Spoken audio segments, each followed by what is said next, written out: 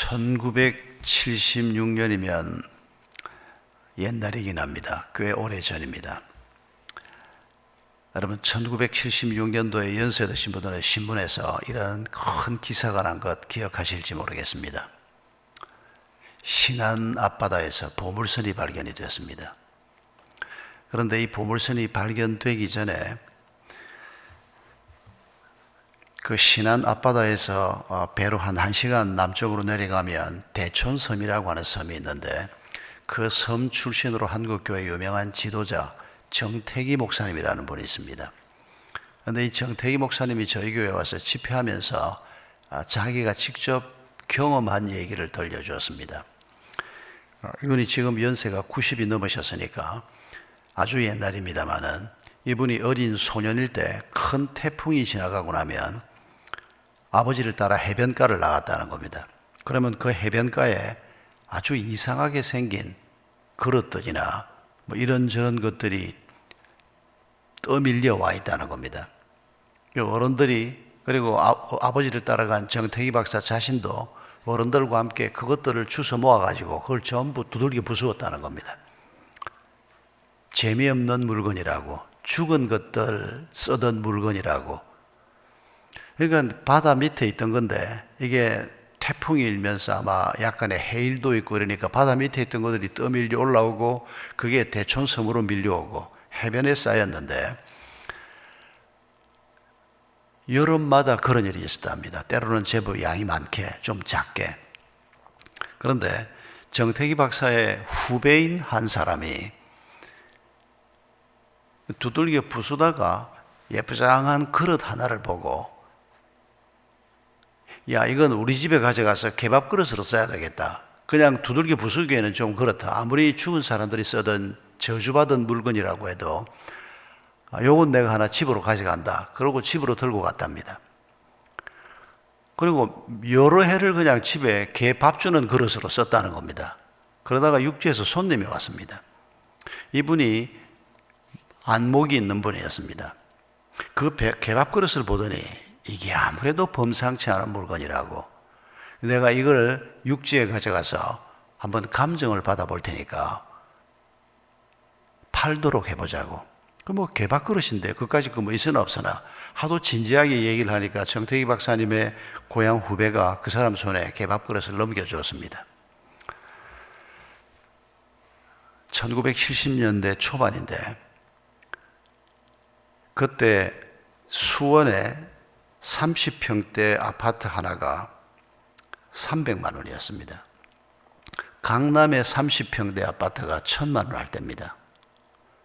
여러분, 이 개밥 그릇이 얼마에 팔렸는지 아십니까? 3억 2천에 팔렸습니다. 엄청나게 비싼 물건이었습니다. 그냥 평범한 물건 정도가 아니고, 그냥 평범한 골동품 정도가 아니고, 중국에서 나오는, 그것도 수백 년 전에 중국에서 만들어진 엄청난 요만한 개밥 그릇 하나가 30평 아파트 몇 채입니까? 30척입니다. 30개입니다. 그런 일들이 벌어지고 있을 때 1976년 1월 달에 한 어부가 그물질을 했는데, 신안 앞바다에서 그 어부의 그물에 청자매병을 비롯해서, 청자매병은 3억짜리가 아닙니다. 이건 훨씬 더 비싼 겁니다. 6점이 올라왔습니다. 이 어부가 정부에 신고를 했습니다. 아마 그럴 때는 그거 혼자 먹을 수 없는 모양입니다. 너무 값비싼 것들이 나오니까 정부에서 그 보고를 받고 탐사를 하게 되고, 바로 그 바다에서 보물을 건져 올렸는데, 1976년 10월부터 84년 9월까지 무려 8년 동안 10차례의 발굴 작업을 했는데 2만여 점의 청자 백자를 건져 올렸습니다. 그리고 3만 2천 점의 유물들이 나오고 800만 개의 동전이 나왔습니다. 역사적으로 고정을 해보니까 이게 어떻게 된 건가 하니까, 1323년에 중국 경원을 출발해서 일본 교토로 가던 길이 32m, 폭 11m, 높이 4m 정도의 약 한 187톤 규모의 배가 우리 남해안 근처를 지나가다가 태풍을 만나서 이게 떠돌아다니다가 신안 앞바다에 침몰한 겁니다. 그 속에 있던 동전 28톤은 어마어마한 양의 동전인데, 그 당시에 일본에서 이 동전을 싼 값으로 수입을 해서 그걸 주조를 다시 해서 자기들 동전으로 쓰기 위해서 가져간 것 같다고 하고, 지금 이 유물들이 국립박물관에 가면 신안 앞바다 유물이라고 그대로 보존해서 전시해 놓은 걸 저도 한번 가본 적이 있습니다. 여러분, 대촌 사람들 마음이 어땠을까요? 여름이면 나가서 20개도 건져오고, 해변에 널려 있으니까 30개도 건져오고, 이거 옛날에 죽은 인간들이 쓰던 거에 떠밀려 온 거다. 그걸 주워가서 다 두들겨 부순 게 여름마다 행사였답니다. 3억짜리를 아파트 10채짜리 그릇을 두들겨 부수고, 그것도 한두 개가 아니고. 대촌 사람들 다 배가 아파서 안 죽었나 모르겠습니다. 여러분, 의외로 우리를 참 행복하게 하고 우리를 기쁘게 하는 일들이 멀리 있는 게 아니고 가까이 있는 경우가 참 많습니다. 스티브 잡스가, 그 성공한 사업가인 스티브 잡스가 죽으면서 했던 말이 참 인상적입니다. 그분은 크리스찬은 전혀 아닙니다만은, 기계에 누워서 환자가 돼서 누워 있으면서 하루 종일 기계음 소리를 들으면서 이제 죽음을 기다리고 있는 사람이 내가 왜 이렇게 바쁘게 살았던가. 그 양반도 굉장히 빨리 죽었습니다. 젊은 분으로. 세계에서 최고로 성공한 사업가 중에 하나인데, 죽어가면서 그분이 남긴 글이 뭡니까? 왜 이렇게 바쁘게 분주하게 살았나? 왜 내가 가족들을 돌보지 않고 아내를 돌보지 않고 친구들하고 밥 먹는 일조차도 제대로 하지 못하고 왜 이렇게 내가 살았나? 여러분, 그 사람이, 그 대사업가가, 그 큰 돈을 번 사람이 죽으면서 후회했던 게, 왜 내가 회사를 좀 더 키우지 못했나? 왜 내가 좀 더 여행을 많이 다니지 못했나? 그런 얘기가 아니고, 왜 내가 내 주변에 있는 사람들을 좀 더 사랑하고 주변에 있는 사람들과 좀 더 잘 지내지 못했나? 그게 그렇게 가슴 아프다라고 하는 유명한 글을 남겼지 않습니까? 인간이 어떻게 하면 행복해질까? 어떻게 하면 인생을 좀 더 의미 있게 살까? 이런 연구는 그동안 수도 없이 많은 사람들이 해왔습니다. 그런데 사람들이 답을 제대로 발견하지 못하는 것 같고, 또 답을 발견했다고 큰 소리로 얘기를 해도 전달력이 그렇게 높지 않은 것 같습니다.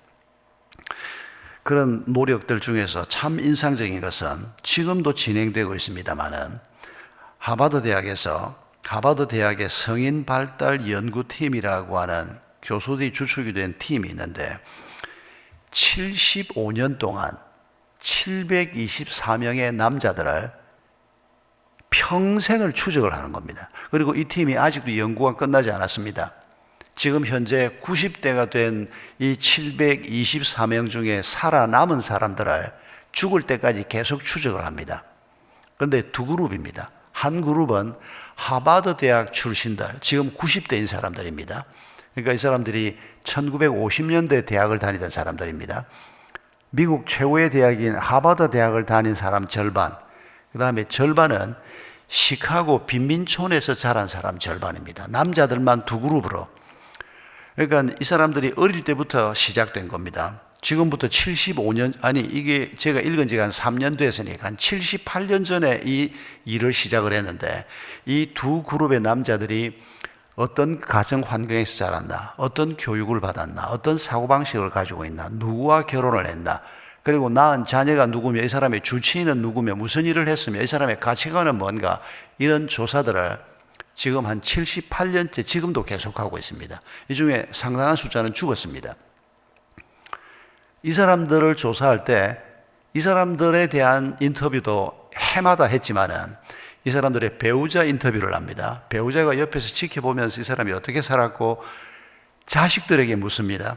주치의에게 묻습니다. 이 사람이 가장 친하다는 친구에게도 묻습니다. 75년 연구 결과 보고서가 한 몇 년 전에 나온 겁니다. 여러분, 어떤 사람이 행복하게 살았을까요? 당연히 하버드 대학을 나온 사람들이 빈민촌 출신보다 더 행복하지. 천만의 말씀입니다. 빈민촌에서 어린 시절을 보냈어도 그 위기를 극복하고 사회적으로 성공한 사람들이 생각보다 많았습니다. 하버드 대학 출신이지만 알코올 중독자도 나왔고 쓰레기가 된 인간들도 없잖아 있었습니다. 이 팀의 몇 년 전 75년 동안의 연구 결과 어떻게 인간이 행복해질 수 있는가? 주변에 가족들, 친구들, 주변 사람들을 아끼고 사랑하면서 살려고 했던 사람들이 월등하게 행복한 자기 만족도가 높은 인생을 살았다. 그게 중요한 결론 중에 하나입니다. 예, 충분히 동의할 수 있습니다. 그러나 우리가 그리스도인으로서 이런 수십 년에 100년 가까이 세월이 지나면서 연구를 한 이 결과를 우리가 대하면서도 그리스도인으로서 핵심이 하나 빠져 있지 않습니까? 주변 사람들을 사랑하고 주변 사람들과 좋은 관계를 맺고 주변 사람들에게 좋은 에너지를 받고 핵심이 빠져 있지 않습니까? 하나님이 없는 인간들끼리 하나님을 빼놓고 그냥 인간들끼리 서로 사랑하고 아끼고 산다? 여러분, 이건 너무 뚜렷한 한계가 있습니다. 그리고 너무 많은 문제를 안게 됩니다. 그 문제를 극복할 수 있는 파워도 인간에게는 그렇게 많이 나오지 않습니다. 결국 하나님이 중심에 계셔야 하고 그 하나님의 말씀을 따라서 하나님께서 우리에게 가르쳐 준 진리가 뭡니까? 하나님을 사랑하고 내 이웃을 사랑해라. 이 말씀을 사실은 하버드 대학이 사람들의 725명의 75년에 걸친 삶에서 이끌어냈다고 해도 과언이 아닙니다. 그런데 여러분, 오늘 우리가 읽은 이 구약 성경, 모세에게 하나님이 주신 지금부터 3,500년 전에 주신 이 말씀에서 하나님께서, 여러분, 신명기가 40년 광야길을 걸어온 이스라엘 백성들이 이제 가나안을 코앞에 놓고 모압 평야에서 마지막으로 하나님께서 모세의 입을 통해서 설교 말씀을 주신 것입니다. 너희들이 가나안 땅에 들어가면 내 백성으로서 하나님이 주신 축복 가운데서 이렇게 살아야 한다. 그 가이드라인을 주신 것입니다. 그런데 여러분, 오늘 우리가 읽은 말씀 12절에서 하나님이 이 모든 말씀을 주시는 목적이 뭐라고요? 우리의 행복을 위해서라는 것입니다. 하나님께서 이건 해라, 이건 하지 말아라, 많은 말씀들을 우리에게 주시는데 너희가 이 길을 걸어가면 너희가 행복해질 것이라는 겁니다. 여러분, 우리가 말씀을 생각할 때 뭘 간섭이 많고 그냥 사람을 옥조와 매고 성경 말씀에 대해서 우리가 이런 오해를 하게 만들고 성경 말씀에 대해서 부담을 느끼게 만들고, 여러분, 이건 우리가 잘못하고 있는 겁니다. 특히 사탄의 주 전공 과목이 거짓말인데 어떻게 해서든지 성도들을 속이려고 합니다. 어떻게 해서든지 세상을 속이려고 합니다. 이 사탄이 하나님의 말씀이 사람들 속에 심기는 게 두렵기 때문에 이 하나님의 말씀을 따라 사는 사람들을 사탄이 감당할 수가 없기 때문에 하나님의 말씀을 가지고 치는 장난이 아마 가장 많을 겁니다. 그래서 계속 사람들 마음속에 거짓을 심는 겁니다. 설교 그건 들을 게 아니야, 못 돼. 수천 년 전에 기록된 그런 인간의 기록이 아무리 거기에 고대인들의 지혜가 들어있다고 하지만은 그걸 지금 이렇게 변화된 세상에서 그거 읽어서 뭘 어떻게 하려고? 여러분, 이런 사탄의 논리가 수많은 사람들에게 먹혀 들어가고 있지 않습니까? 설교는 지루한 것이고 성경은 뭐 별로 그렇게 값어치가 높은 책이 아니고, 여러분, 오늘도 사탄은 우리 속에 그리고 세상 사람들 속에 이런 마음을 심어주기 위해서 맹렬하게 활동하고 있다는 것을 잊지 마십시오. 그리고 우리도 꽤 여기에 속아 넘어가고 있다는 것을 잊지 마십시오. 발버둥을 쳐야 합니다. 하나님은 내가 너희에게 이렇게 꼼꼼하게 이렇게 해라 저렇게 해라 이건 하지 말아라 그렇게 말하는 것은 너희의 행복을 위한 것이다. 여러분, 이 축복의 말씀을 우리가 죽는 날까지 마음에 깊이 새길 수 있기를 바랍니다. 하나님의 말씀이 우리에게 어떻게 행복이 될까요? 먼저 우리가 기억해야 될 것은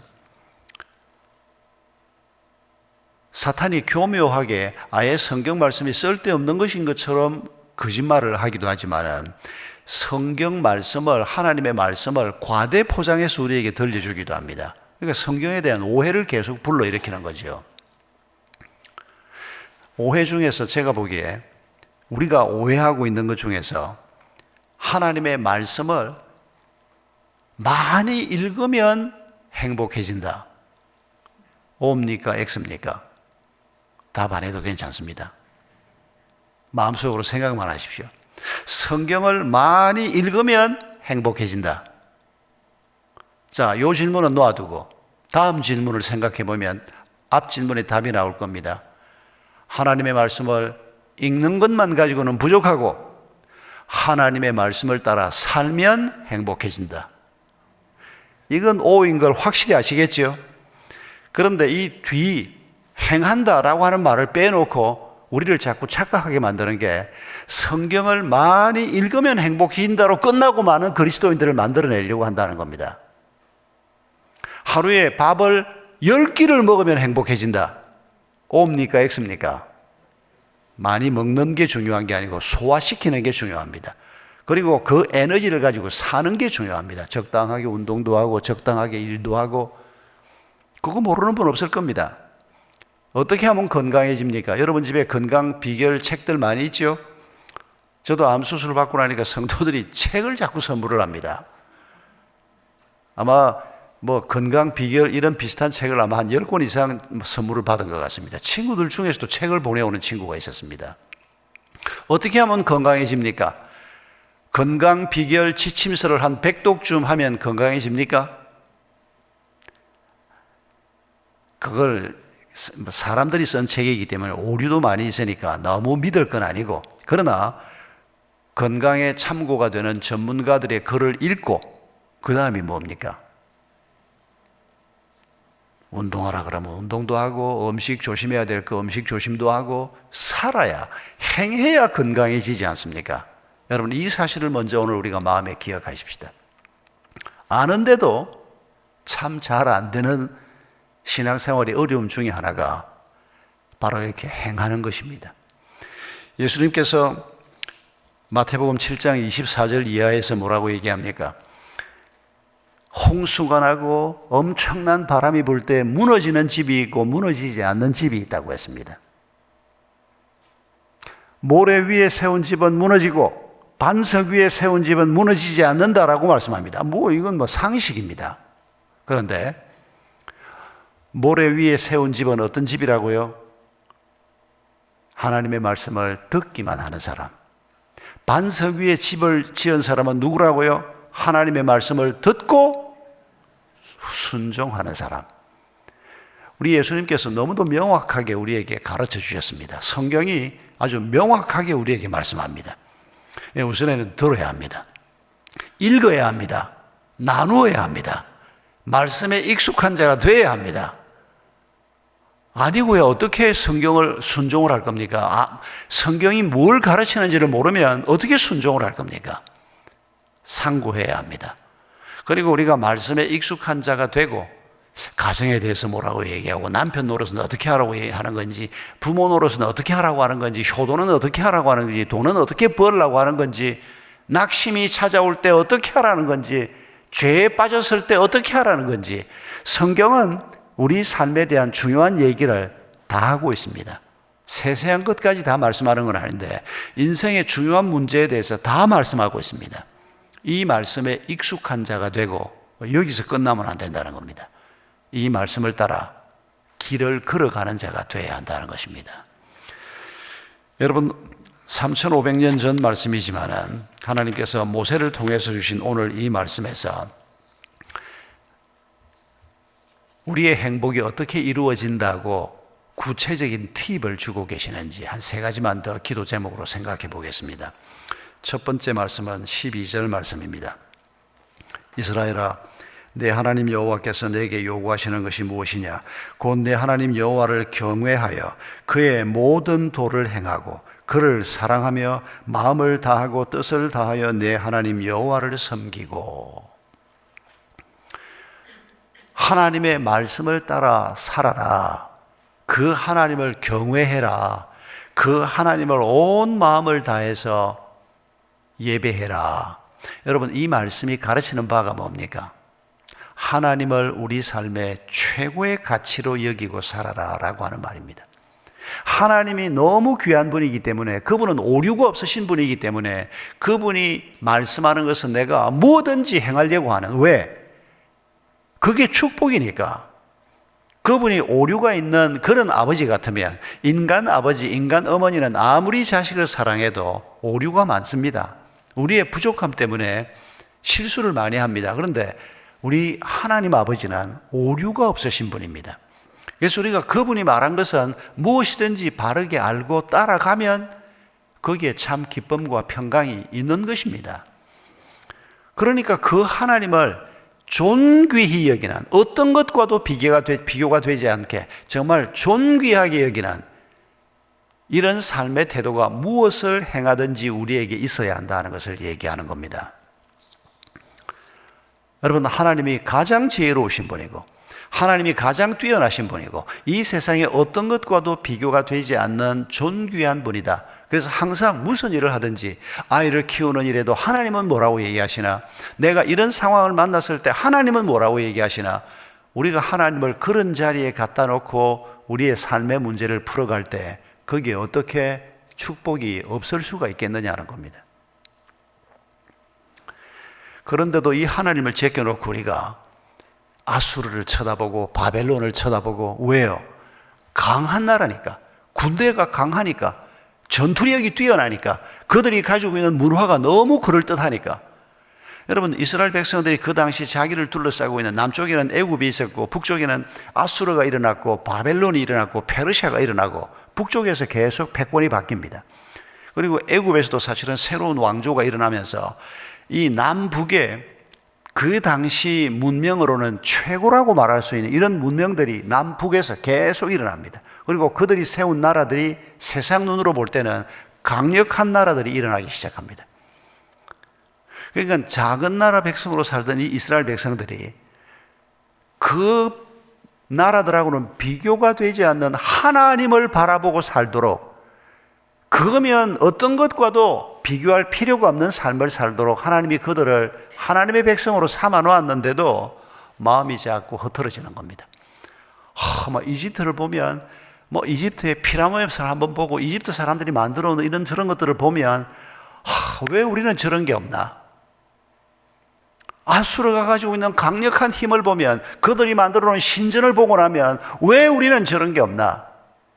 정신 나간 이스라엘의 왕이 아수르의 수도에 가보고 거기 신전을 보고 난 다음에, 세상에 이렇게 멋있는 신전이 있는데 왜 우리는 그냥 예루살렘 성전에서 예배를 드려야 되냐?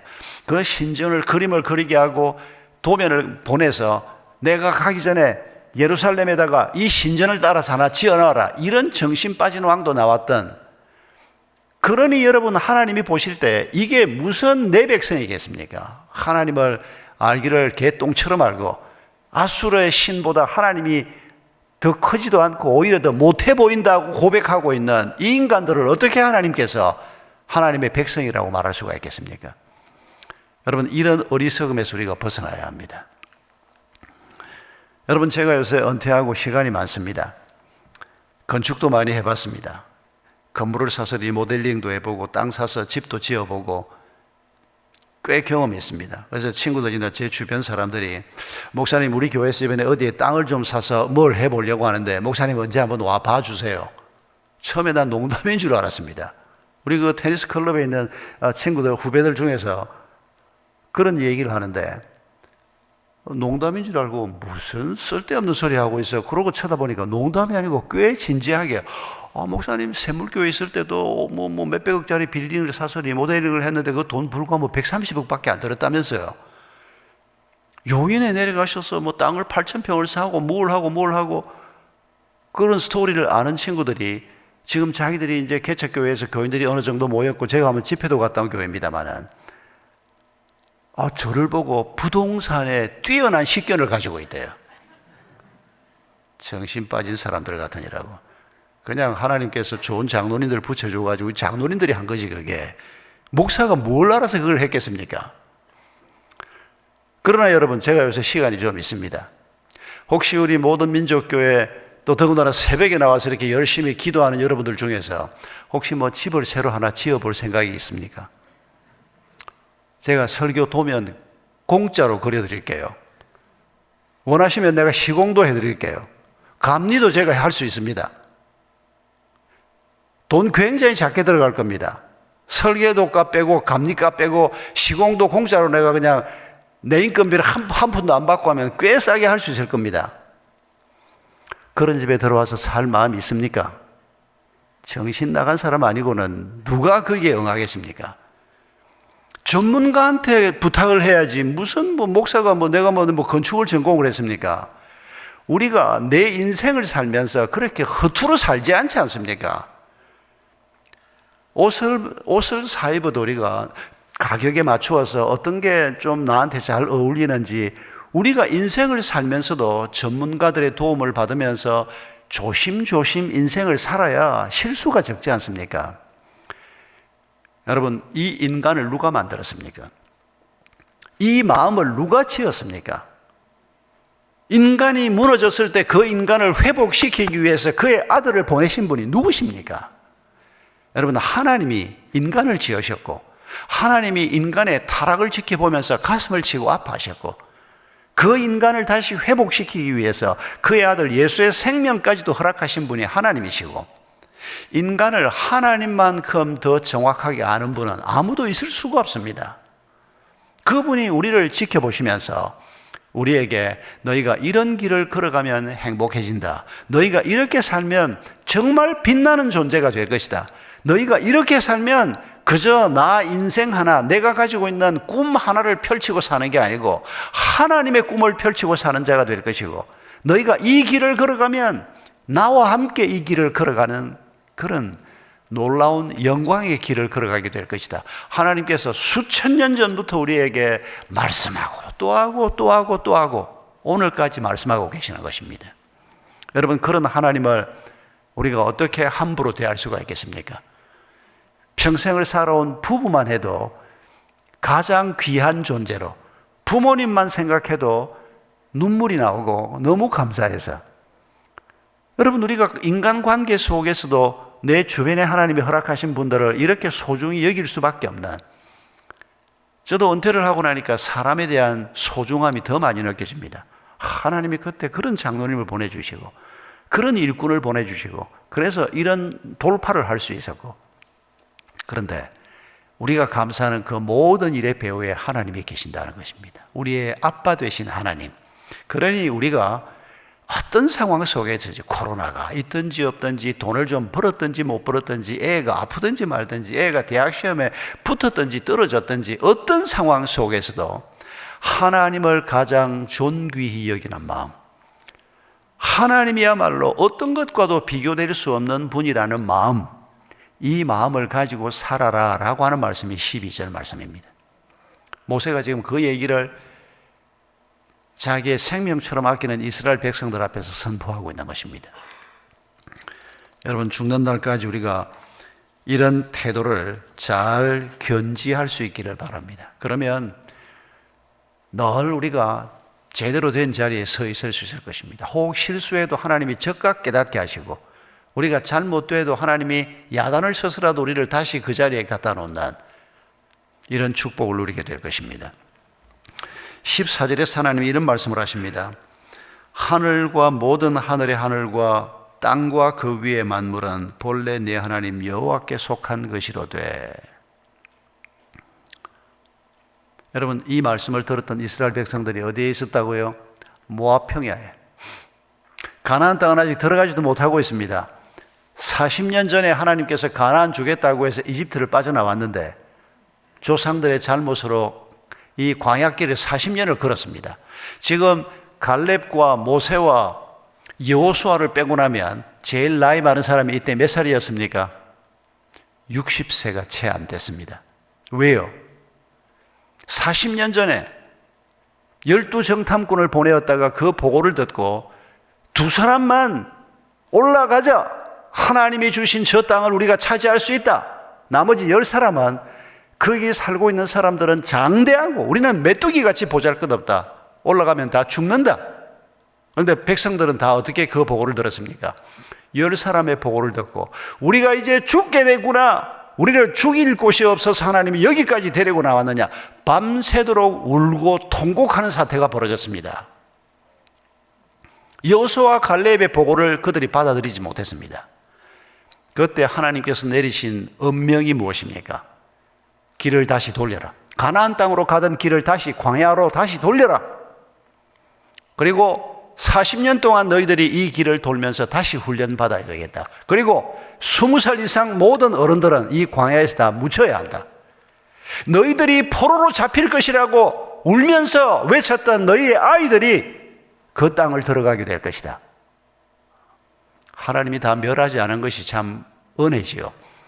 그래서 20세 이상이었던, 40년 전에 20세 이상이었던 모든 아버지 세대, 할머니 세대는 전부 광야에 다 묻혔습니다. 모세까지도 묻힙니다. 여호수아와 갈렙만 백성들을 이끌고 가나안 땅으로 들어가게 됩니다.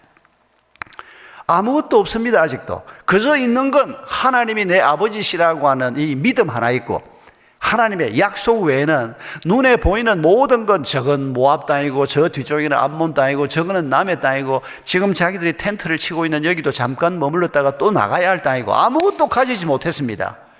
그런 이스라엘 백성들을 향해서 모든 것이 다 여호와께 속한 것이다. 무슨 이런 쓸데없는 말씀을 하시나 싶은 생각이 안 드십니까?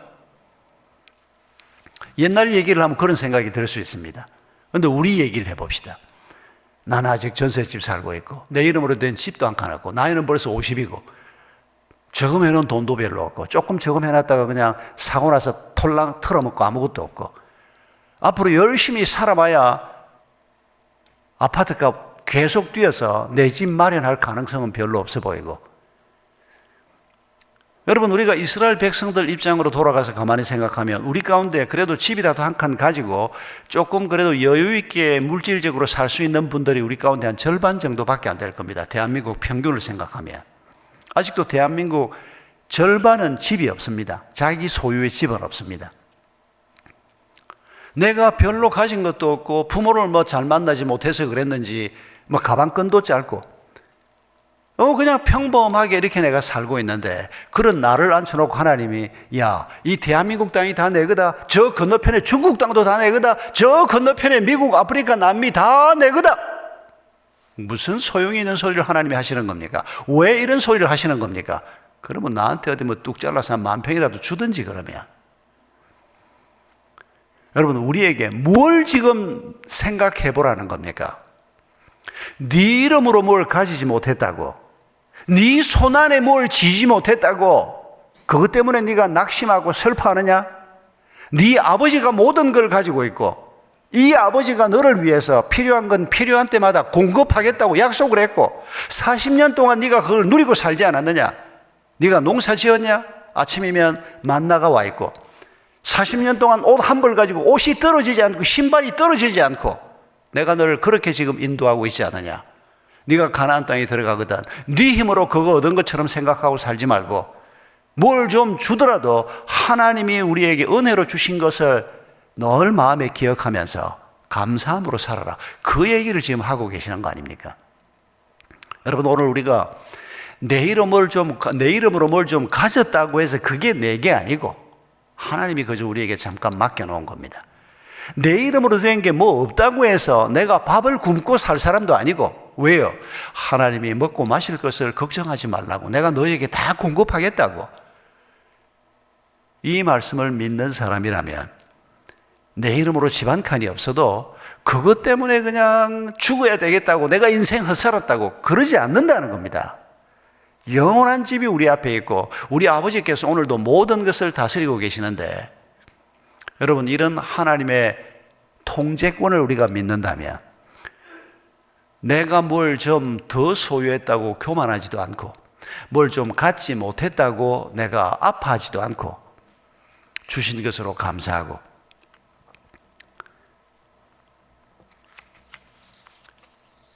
식사하면서도 그런 대화를 한 적이 있습니다만은 몇 해 전에 우리 참 여전도사님 한 분이 미국 베델 교회에서 오신 분이 있다고 했죠. 그 베델 교회에 한번 집회를 갔습니다. 그런데 갔는데 세상에 거기에서 제 아내 같은 교회 선배를 만났습니다. 저도 대학 시절에 우리가 부산 시내 USFC를, 대학 SFC를 할 때 그 선배는 부산대학을 다녔고 저는 신학대학을 다니면서 USFC에서 만나서 수십 년 전부터 아는 선배였습니다. 더군다나 집사람 고향교회인 북교회 집사람 바로 직속 선배였으니까 더 잘 아는 사람이었죠. 아주 점잖하고 좋은 장로님이었습니다. 이분이 런던 갔다는 소식까지는 듣고 그 이후 소식을 몰랐는데 세상에 베델교회 집회를 갔는데 박 목사님 그러는데 보니까 그 선배인 겁니다. 얼마나 반가운지. 그 식사 초대를 해서 같이 식사를 하는데 기가 막힌 얘기를, 제가 평생 잊을 수 없는 얘기를 그날 우리 권장로님이 들려줬습니다. 어떻게 살았습니까? 그랬더니 살아온 얘기를 짧게라도 짧은 시간 동안이지만 하는데 엄청나게 미국 가서 돈을 벌었다는 겁니다. 수백만 불짜리 집을 하나님이 살 수 있도록 허락을 하셔서, 여러분 미국에서 좋은 집이라고 하면 우리 한국에서는 구경도 할 수 없는 재벌들이 저 평창동에 사는 그런 집하고는 잽이 안 되는, 들어가는 입구에서 그러니까 집 정문에서 현관까지 차로 5분 10분 들어가는 이런 집도 있는데 우리 권장로님은 그런 집을 샀던 건 아니고 그 정도까지 성공한 건 아니고 어마어마한 수백만 불짜리 집에 사는데 풀장이 있고 방들이 수십 개고 게스트룸이 있고 뭐가 있고 말만 들어도 제가 값이 얼마짜리인지 짐작이 되겠더라고요. 그런데 그렇게 돈 벌고 잘 살다가 쫄딱 망해버린 겁니다. 그리고는 조그마한 아파트, 말 들어보니까 지는 작다 그러는데 그렇게 작은 것 같지는 않아. 어쨌거나 자그마한 아파트에 살게 된 겁니다. 딸 둘하고 이제 두 식구가 사는데, 그때만 해도 딸들이 아직 결혼은 안 했던 때인데 너무 마음이 아파서 세상에 아직 딸들이 그렇게 좋은 집에 살다가 이렇게 형편없는 집으로 이사를 왔으니 이거 어떡하냐.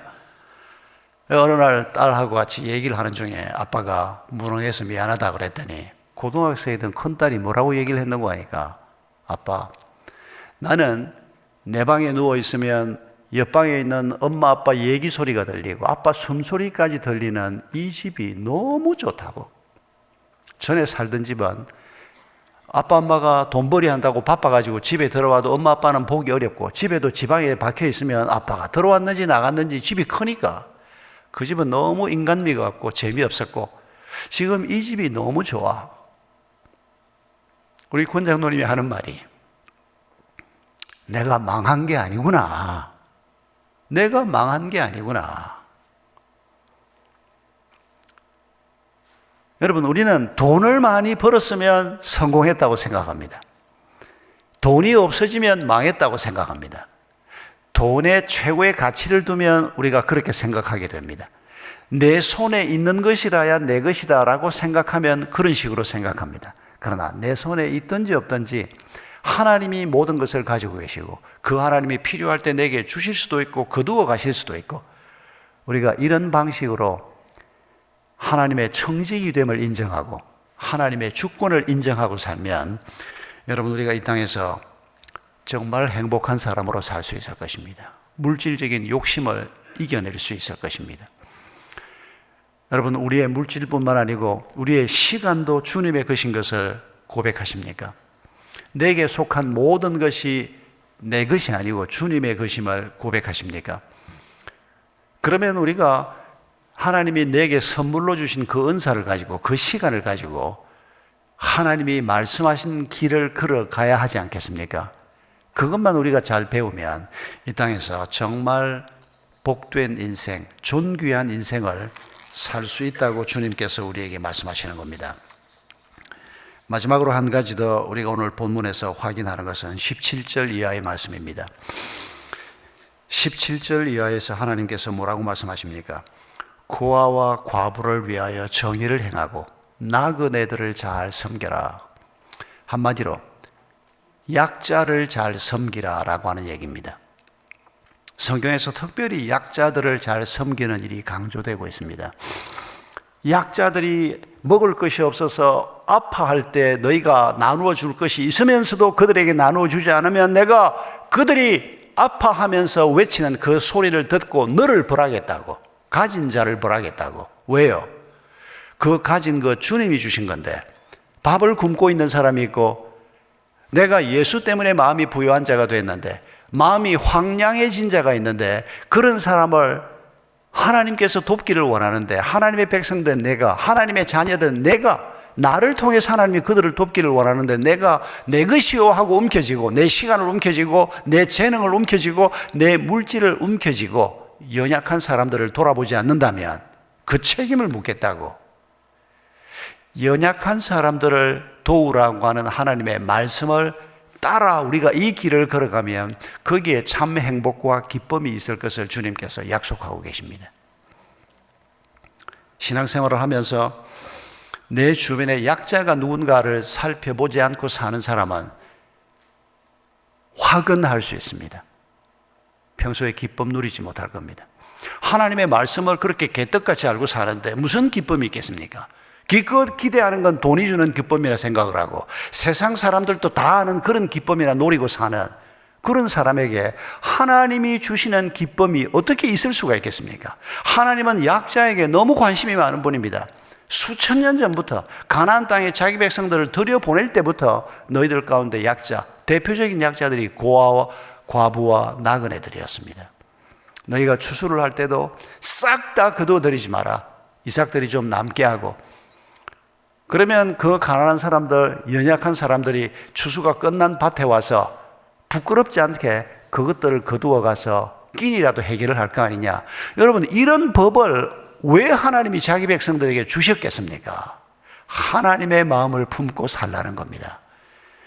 한 푼이라도 더 움켜쥐고 내 저금 통장에 1원이라도 더 돈이 올라가고 돈을 의지하고 사는, 돈을 최고의 가치로 생각하고 사는 그런 삶이 아니고 하나님을 최고의 가치로.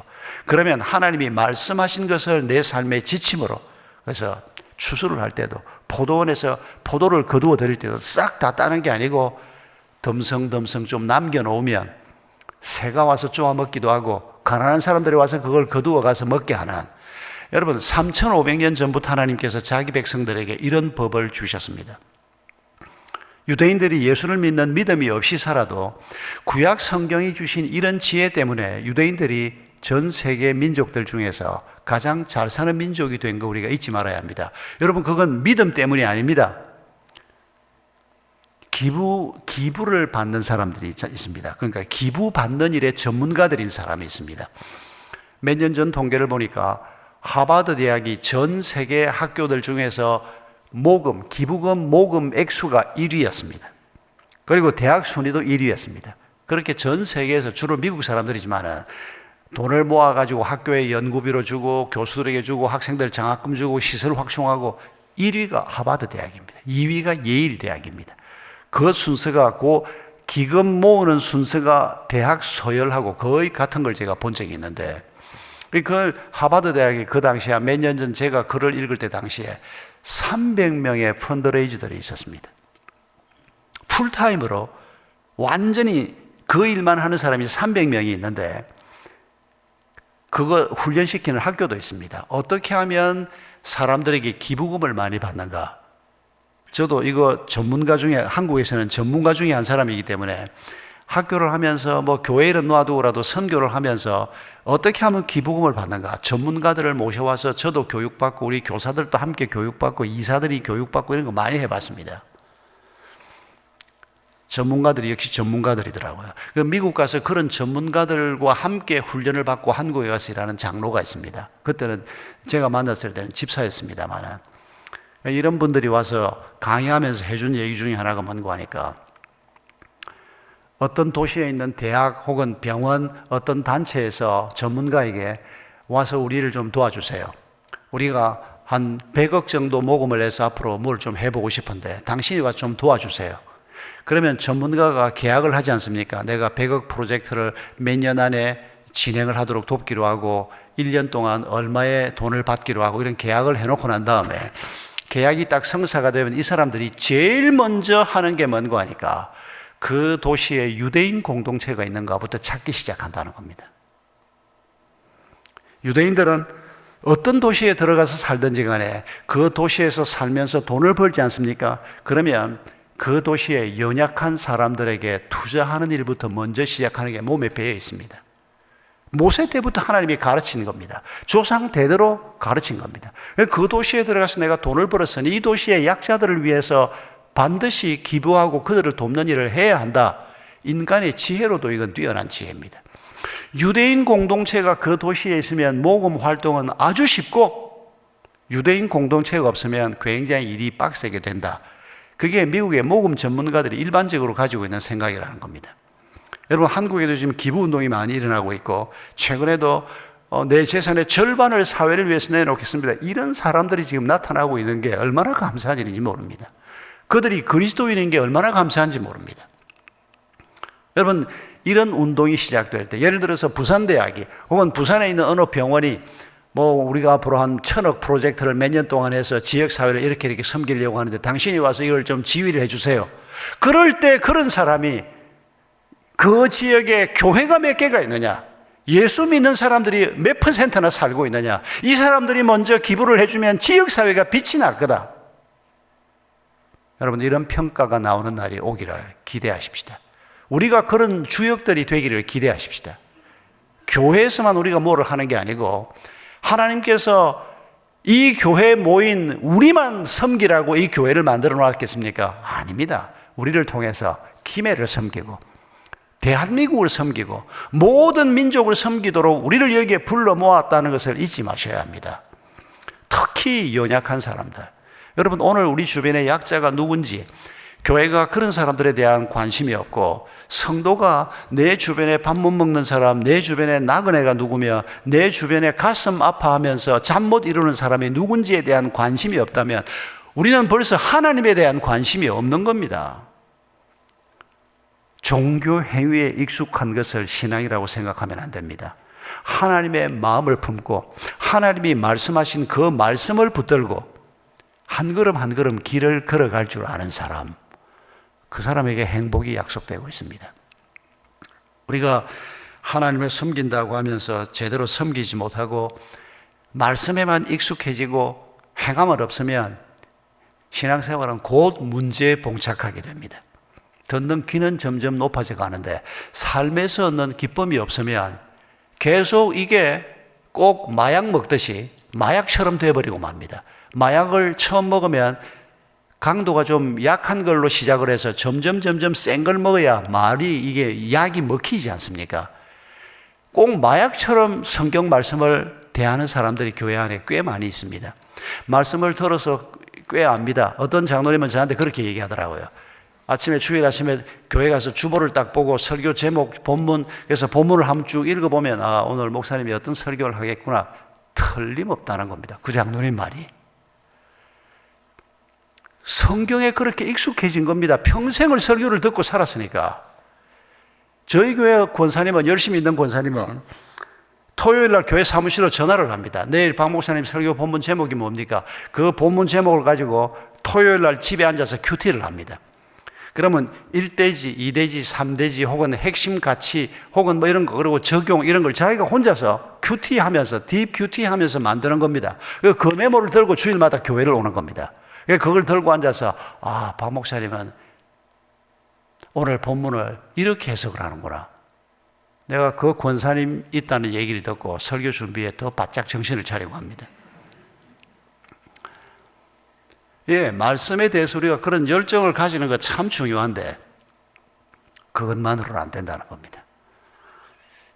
여러분, 말씀을 실천하는 일을 위해서 특히 이 마지막 부분에 우리 주변에 연약한 자를 돌아보는 이 일을 위해서 교회가 마음 쓰지 않으면 교회는 생명력을 잃게 될 것입니다. 하나님의 마음을 잃게 될 것입니다. 여러분, 미국의 인디애나주에 마리온이라고 하는 작은 도시가 있습니다. 교육도시인데 그게 웨슬리안 감리교 계통입니다. 웨슬리안 계통의 대학이 하나 있습니다. 거기에 케이스 뉴만 교수라고 하는 교수님이 계시는데 전교생들이 한 3,000명쯤 됐다고 합니다. 그런데 이 교수님이 어느 날 자기가 채플 인도하는 시간이 됐습니다. 그러니까 한 3,000명 학생들하고 함께 하나님의 말씀을 전하고 예배를 드리는 날인데 이분이 계획을 세웠습니다. 그날 이분 설교가 연약한 사람들을 섬기고 돕는 이웃 사랑에 관한 설교 준비를 하면서 설교만 전할 게 아니라 학생들에게 좀 더 진한 감동이 되고 도전이 되는 실제적인 무언가를 해야 되겠다. 그래서 학생 임원들하고 함께 의논을 했습니다. 목사님이 뭘 부탁을 했는가 하니까 오늘 이런 설교 주제를 가지고 설교를 할 건데 설교가 끝나고 난 다음에 실제로 이 도시에서 가장 연약한 사람 한 사람을 우리가 이 자리에 초대를 하겠다. 그리고 그 사람을 위해서 우리 학생들이 직접 무언가를 하도록 하자. 하나님의 말씀을 직접 실천까지 하자. 학생들하고 의논을 해서 프로그램을 만들었습니다. 학생 하나가 그 도시에 사는 사람 중에서 약자가 누군가를 조사를 하다가 피자집 배달부다라고 하는 생각을 했습니다. 시급 한 7불 내지 8불을 받고 하루에 10시간 일을 해봐야 하루에 한 7, 80불밖에 못 버는 우리 이 도시에서 가장 연약한 사람 중에 한 사람이다. 대상을 그렇게 정했습니다. 그리고 학교에 가장 가까이 있는 피자집의 배달부 제임스 긴먼이라고 하는 청년이 젊은 사람이 있다는 것을 확인을 했습니다. 그리고 그 청년에게 전화를 해서 오늘 우리 학교 강당, 대강당으로 몇 시까지, 몇 분까지 피자 2판을 갖다 주세요. 13불 얼마를 지불하기로 했습니다. 이 긴먼이 정확하게 시간에 맞추어서 차를 타고 학교 강당 입구에 딱 도착을 해서 피자를 들고 강당 문을 열고 석 들어왔는데 세상에 3,000명의 학생이 앉아있는 겁니다. 자기는 그런 광경일 걸 상상도 못했습니다. 그러니까 교수님이 앞에 서 있다가 문이 열리면서 이 피자 배달부가 들어오니까 길만 씨 앞으로 오세요. 그런데 얼마나 놀랬겠습니까? 3,000명의 학생이 앉아있는 큰 강당에 앞으로 이렇게 들어오는데 강단 위까지 올렸습니다. 그동안에 뭘 했는가 하니까 교수님이 설교를 하고 그리고 오늘 우리가 하나님 말씀대로 이 도시에 가장 약자라고 생각되는 한 분이 지금 곧 도착을 할 거다. 학생들에게 소개를 하고 여러분이 학생들이니까 돈이 없으니까 그러나 이분을 위해서 여러분이 격려하는 문구 하나는 쓸 수 있지 않겠냐. 미리 나눠준 포스트잇에다가 글을 쓰게 했습니다. 짤막하게. 힘내세요. 이렇게 학생들 3,000명이 그거 안 쓴 사람은 없었습니다. 그날. 전부 다 한 자씩 썼습니다. 그 3,000개를 모은 봉투가 하나 있고. 그리고 여러분이 돈이 없지만은 그래도 그 종이에 글 한 자만 남기는 것보다 여러분 호주머니에 그래도 1불, 2불은 있을 거 아니냐. 팁 준다 생각하고 이 사람을 위해서 조금씩의 헌금이라도 모으자. 1,300불이 모였습니다. 1,300불이 현금이 들은 봉투 2개를 준비를 해놓고 이 사람을 기다리고 있었던 겁니다. 이 사람을 앞에 데려다 놓고 우리가 오늘 당신한테 이런 선물을 주고 싶어서 하나님의 말씀대로 이런 선물을 주고 싶어서 당신을 이 자리에 초대를 했다고. 이 청년이 놀래 자빠질 수밖에 없었습니다. 이 도시에 살면서 교회들도 들어보고 했지만은 어떻게 자기한테 이런 일을 하는 사람들이 있는가. 그리고 피자값 13불 50을 계산을 하고 봉투 2개를 주고 그리고 당신을 위해서 내가 기도해도 되겠습니까? 그 청년을 위해서 한번 기도해. 결혼해서 애가 둘이 있는 사람이었습니다. 여러분, 이 길먼이라고 하는 사람이 그 장면에 대해서 어떤 마음을 가지고 평생을 살았겠습니까? 그분이 언제 예수를 믿었는지 안 믿었는지 그 글에는 더 이상 그 사람 소개는 없었습니다. 그러나 우리가 상상할 수 있습니다. 그 충격을 안고 이 사람이 야, 예수를 믿는다는 게 이런 건가? 아니, 이 도시에서 나는 허잘것없는 인간이라고 다들 생각을 하고 자기도 자기를 그렇게 여기고 사는데 자기를 이렇게 귀히 여겨주고 자기에게 이런 선물을 주고 싶어하고 이런 격려를 주고 싶어하는 이 사람들은 도대체 뭐야? 예수가 누구길래 이러나? 모르긴 몰라도 이 사람이 오래지 않아서 예수님을 찾게 될 것이라고 저는 그 글을 읽으면서 상상했습니다. 여러분, 하나님은 오늘도 우리를 통해서 하나님의 뜻이 이루어지기를 원하십니다. 나는 아니고요. 우리 교회 장로님이나 권사님이나 교역자들을 통해서 하나님 하세요. 그런 비겁한 소리는 하는 게 아닙니다. 우리가 예수 그리스도의 사랑을 똑같이 받은 사람입니다. 우리가 받은 사명도 똑같습니다.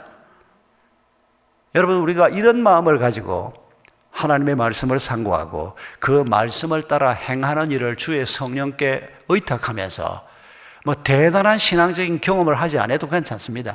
혹 하나님이 우리에게 엄청난 입신의 경험을 하게 할 수도 있고, 방언의 경험을 하게 할 수도 있고, 신비로운 경험을 하게 할 수 있는데, 제가 평생 살면서, 목사로 살면서도 제가 그거 사모합니다. 그런데도 그런 신비한 경험을 많이 하지는 못했습니다.